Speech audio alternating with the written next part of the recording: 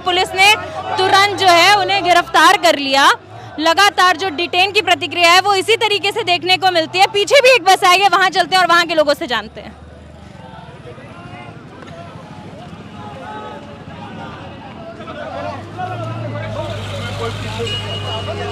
मंदिर मस्जिद के नाम पर प्रदर्शन हो रहे हैं, लेकिन कोई रोजी रोटी के लिए प्रदर्शन करने गया था जयपुर में। भीम आर्मी चीफ चंद्रशेखर आज़ाद, उन्हें गिरफ्तार कर लिया गया, अपने आप में सवाल उठाता है और अब उनकी रिहाई को लेकर लोग यहाँ जुटे थे, उनको भी। नमस्कार, आप देख रहे हैं तो जनता लाइव, मैं हूँ आपके साथ नलिनी। इस वक्त मैं मौजूद हूँ दिल्ली के बीकानेर हाउस के बाहर।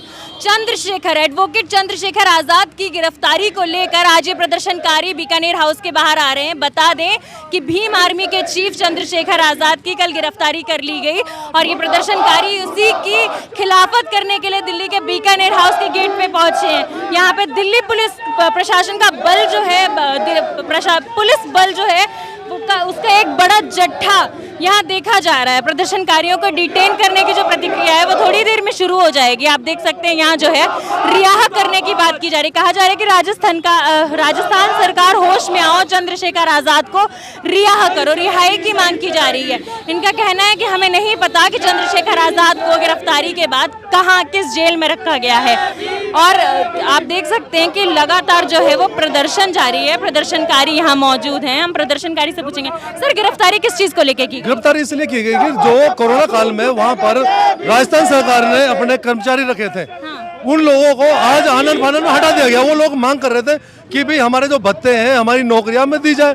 उन्हें एक तरह टिश्यू पेपर की तरह यूज करके इन लोगों को इन्होंने निकाल दिया, जिसकी आवाज, जिसके काफी समय, लंबे समय से वो लोग संघर्ष कर रहे थे। बच्चे उनको डिमांडों को पूरा करने के लिए चंद्रशेखर साहब ने अपना समर्थन दिया, जिस कारणवश उनको गिरफ्तार कर लिया। आप देख सकते हैं कि प्रदर्शनकारी यहाँ बैठ गए हैं। उनका कहना है कि हम यहाँ से नहीं हिलेंगे, हमें जो है चंद्रशेखर आज़ाद की गिरफ्तारी ये गलत तरीके से की गई है, आप उन्हें रिहा करिए। दिल्ली पुलिस बल जो है यहाँ पहुँच चुका है। डिटेन की प्रतिक्रिया जो है शुरू कर दी गई है और लगातार जो है रिहा करो की जो नारे हैं वो लग रहे हैं। यहाँ महिलाएं भी मौजूद हैं, यहाँ जो है प्रदर्शनकारियों में जेंट्स भी मौजूद हैं। आप देख सकते हैं कि पुलिस की जो बस है वो यहाँ खड़ी है और लगातार डिटेन करने की जो प्रतिक्रिया है उसको शुरू कर दिया गया है। दिल्ली पुलिस मुर्दाबाद के नारे लग रहे हैं। लगातार जो आप देख सकते हैं कैसे एक प्रदर्शनकारी को जो है घसीट कर और उठाकर टांग कर ले जाया जा रहा है। क्या क्या मांगे हैं पूछते हैं।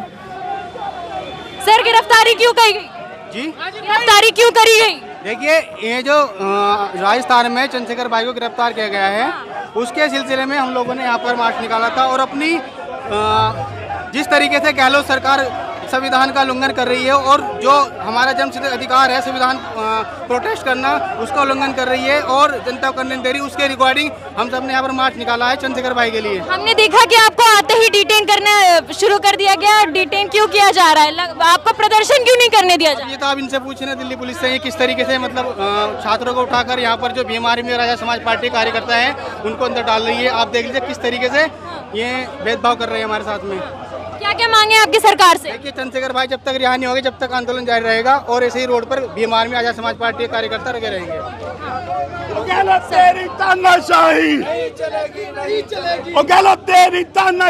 सर आपकी क्या क्या मांगे? सर आपकी क्या क्या मांगे? सर हम लोग आज जो है हमने बीकानेर हाउस का जो है गिरफ्तार किया कल चंद्रशेखर आजाद जी को। रात को, परसों रात को उनको उठा के गैर कानूनी तरीके से, गैर संवैधानिक तरह से उनको जेल भेज दिया गया। वो लोग जो है वहाँ पे सब इकट्ठे हुए थे। 3 महीने से कोविड कर्मचारियों के लिए धरना चल रहा। 28,000 कर्मचारी हैं, उसमें जो है सम्मिलित होने चंद्रशेखर आजाद पहुंचे थे। क्यों गिरफ्तारी की गई? ऐसा क्या कर दिया उन्होंने? सब जो है गहलोत सरकार की तानाशाही है। ना ही वो उस टाइम पे प्रदर्शन में गए थे, ना ही कि जाना अगले दिन था, एक दिन पहले ही गिरफ्तार कर लिया। जब गहलोत डरता है पुलिस को आगे करता है। जब गहलोत डरता है पुलिस को आगे करता है। इससे पहले भी राजस्थान में जो है उसने मेघवाल जी, जब हमारे जितेंद्र मेघवाल मारे गए, उनके लिए भी वो करा। इससे पहले दुनिया भर की बार जो है इस तरीके के हालत हो रहे हैं। आपने देखा कि प्रदर्शनकारी लगातार नारे लगा रहे हैं कि जब गहलोत डरता है पुलिस को आगे करता है और जो डिटेन की प्रक्रिया है वो कर ली गई शुरू। अब आप दिल्ली पुलिस ने तुरंत जो है उन्हें गिरफ्तार कर लिया। लगातार जो डिटेन की प्रतिक्रिया है वो इसी तरीके से देखने को मिलती है। पीछे भी एक बस आई है, वहां चलते हैं और वहां के लोगों से जानते हैं।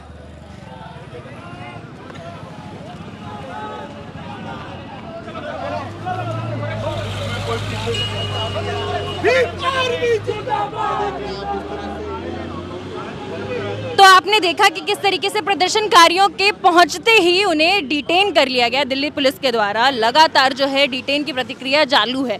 उनका जो प्रदर्शनकारी हैं वो लगातार दिल्ली पुलिस मुर्दाबाद के नारे, साथ ही गहलोत सरकार जब डरती है तो तानाशाही करती है, इस तरीके के नारे लगाते नजर आए। इस वक्त मैं मौजूद हूँ बीकानेर हाउस के बाहर, जहाँ ये प्रदर्शन शुरू हुआ। लगभग सुबह 11 बजे से 2 बार डिटेन के लिए 2 बार लोगों का अलग अलग जमावड़ा प्रदर्शनकारियों को यहाँ देखने को मिला।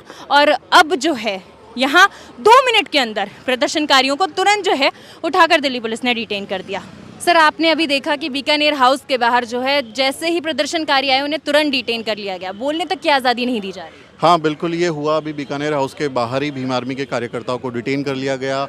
और ये सवाल उठता है कि इस देश में मंदिर मस्जिद के नाम पर इतना कुछ होता है, लोग यात्राएं निकालते हैं, पूरे के पूरे एक समुदाय के खिलाफ किस तरह की भाषा का इस्तेमाल करते हैं। नरसंहार का ऐलान हमने देखा धर्म संसद में किस तरह से हुआ। तो हिंदू मुस्लिम और मंदिर मस्जिद के नाम पर प्रदर्शन हो रहे हैं, लेकिन कोई रोज़ी रोटी के लिए प्रदर्शन करने गया था जयपुर में, भीम आर्मी चीफ चंद्रशेखर आज़ाद, उन्हें गिरफ्तार कर लिया गया। अपने आप में सवाल उठाता है। और अब उनकी रिहाई को लेकर लोग यहाँ जुटे थे, उनको भी डिटेन करके ले जाया गया। तो सवाल उठता है कि क्या हमें शांतिपूर्ण विरोध प्रदर्शन करने की, अपने अधिकारों के लिए सड़क पर निकलने की, आंदोलन करने की इजाज़त है या नहीं? क्या संविधान लागू है या फिर उसमें छेड़छाड़ करके ये अधिकार हटा लिया गया है? ये भी साफ कर देना चाहिए। कहीं ना कहीं राजस्थान सरकार की जो है बेहद जोर ज़बरदस्ती देखने को मिल रही है इस पूरे मामले में, क्योंकि आधी रात में इस तरीके से उठा के ले जाना और गिरफ्तारी कर लेना, और अभी तक प्रदर्शनकारियों का कहना है कि हमें पता नहीं है उन्हें कहाँ रखा गया है। बिल्कुल, और मैं फिर से वही बात दोहराना चाहूँगा कि हमारी लड़ाई मंदिर मस्जिद की नहीं है ना, हमें उनके लिए नहीं लड़ना, हमें रोजी रोटी, स्कूल, शिक्षा के लिए लड़ना है। और उसी का एक आंदोलन जयपुर में चल रहा है, जो शहीद स्मारक पर वो पिछले कई महीनों से लोग बैठे हुए हैं कि कोविड जब था, इस देश में महामारी थी, तो आप लोगों ने ठेके पर लोगों को भर्ती कर लिया। अब उनकी आपने परमानेंट नियुक्तियाँ नहीं दी, तो वो लोग बेचारे प्रदर्शन कर रहे हैं, वो कहाँ जाए?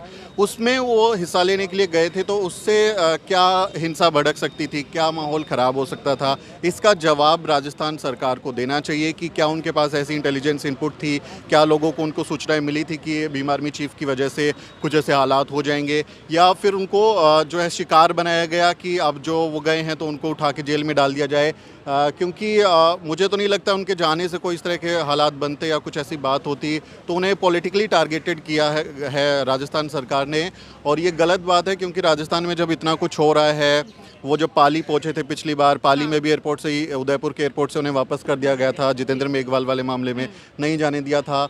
और जबकि आप देखेंगे राजस्थान में करौली में जो हिंसा हुई, अलग अलग जगह जो प्रदर्शन हुए, किस तरह से यात्राएं निकाली एक भगवा झंडों के साथ में, तो आप उन पर आप शिकंजा नहीं कस रहे हैं, आपकी पुलिस उन पर कार्रवाई नहीं कर रही है, उनको रोक नहीं रही है। लेकिन जब कोई बहुजन बैकग्राउंड से आने वाला व्यक्ति आंदोलन करता है, कुछ बोलता है, तो उसको आप जेल में डाल देते हैं। तो ये सवाल तो उठता ही है। अभी प्रदर्शनकारी एक नारा लगा रहे थे कि गहलोत जब भी डरता है पुलिस को आगे करता है। ये तो हर सरकार ऐसा ही करती है कि पुलिस तो बेसिकली एक ऑर्गेनाइजेशन है जो सरकार में होता है, उसका वो हुक्म मानते हैं ना, तो उनको क्या कहेंगे आप? पुलिस तो किसी के भी उस पर बोलेंगे। मामले को देखा हमने, अभी आपने खुद लाइव देखा, क्या लगता है जब भी कोई धार्मिक मसला होता है तो जो है प्रदर्शन करने की आज़ादी दी जाती है, कभी किसी चीज़ की रैली निकाली जाती है, मैं पॉइंट आउट नहीं करूंगी, मगर जब भी रोज़गार की बातें की जाती हैं, जब भी अग्निपथ योजना की बातें की जाती है, तुरंत डिटेन करने की प्रक्रिया चालू हो जाती है, प्रदर्शन करने की आज़ादी ही नहीं दी जाती है। और ये हैरानी की बात इसमें है कि बीजेपी शासित राज्यों में जब ऐसा होता है तो एक बात ये प्रचार किया जाता है कि बीजेपी तो संविधान विरोधी है, लोकतंत्र विरोधी है, नागरिकों को उनके अधिकारों का पालन नहीं करने देती।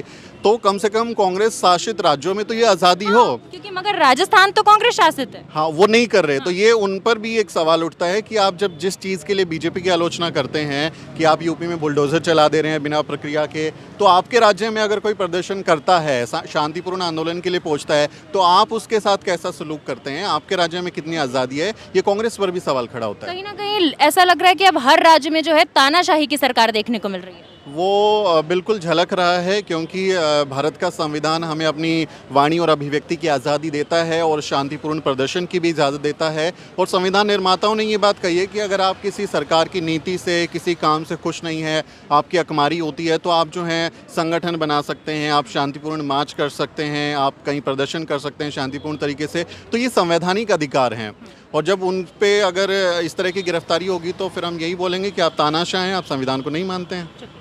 तो ये थी हमारी बातचीत सुमित जी से, जो खुद एक मीडिया कर्मी हैं, हमारे सहयोगी हैं। उनसे हमारी बातचीत हुई बीकानेर हाउस के बाहर में। उन्होंने बताया कि किस तरीके से लगातार जो जमावड़ा हमने यहाँ देखा, जिस तरीके का भी प्रदर्शन हमने अभी यहाँ देखा, उस बारे में हमने उनसे बातचीत की और सिर्फ एक बात उभर कर आई कि भाई प्रदर्शन क्यों नहीं करने दिया जा रहा है। फिलहाल के लिए इस रिपोर्ट में बस इतना ही। ऐसी ही खबरों के लिए देखते रहिए द जनता लाइव।